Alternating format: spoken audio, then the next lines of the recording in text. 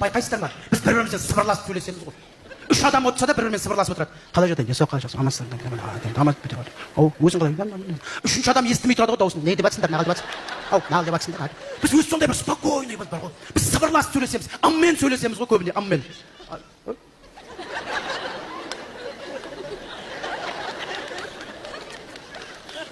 Аммен. Неге дейсіздер? Өйткені біздің мына кішкентайымыздағы тәрбиемізге байланысты екен. Мен сіздерге айтып берейін. Неге біз қазақ тыныш сөйлейміз?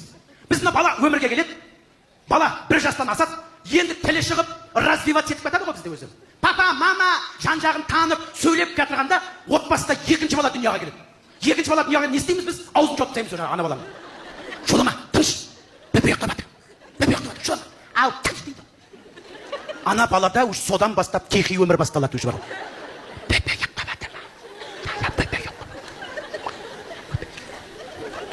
Уже содан бастап үйдің ішінде ақырын жүреді өзімен өзі. Бөпей оянып кетпесе болды оған главный. Бізге қазақта бала жоқтап атса болды, қалған не больной.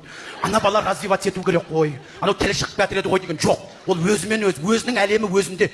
Мультфильм қараса да без звука қарап отырады. Өзінің дубляжы өзінде.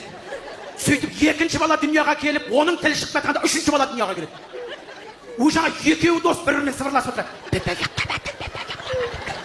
Ойыншықтардың өзі пластмасс дыбыс шықпайтын келген жаңағы.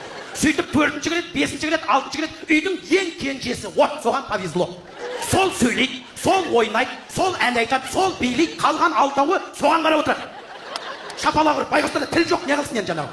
Сол ән айтса соған мәз болады, сол билесе соған мәз болады. Өз сондай емес. А кенже балдар вообще мықты. Мына ата-ананың өзі де айтып қояды, кенже баланың қолында тұрамыз дейді. Біледі өздері, соның кішкене развитый екен. Жоқ, шынымен сондай да. Ал үлкендер жағы өздері сондай спокойный болып кетті. Көбіне айтып жатады, мына үйдің үлкені ғой, өзі сондай салмақты дейді. Ол вообще сөйлемеген ғой өмірі. Сөйлейтін жер жоқ ода. Үйде сөйлемей шығады, үйленгеннен кейін сөйлей алмай кететін ағаларымыз бар.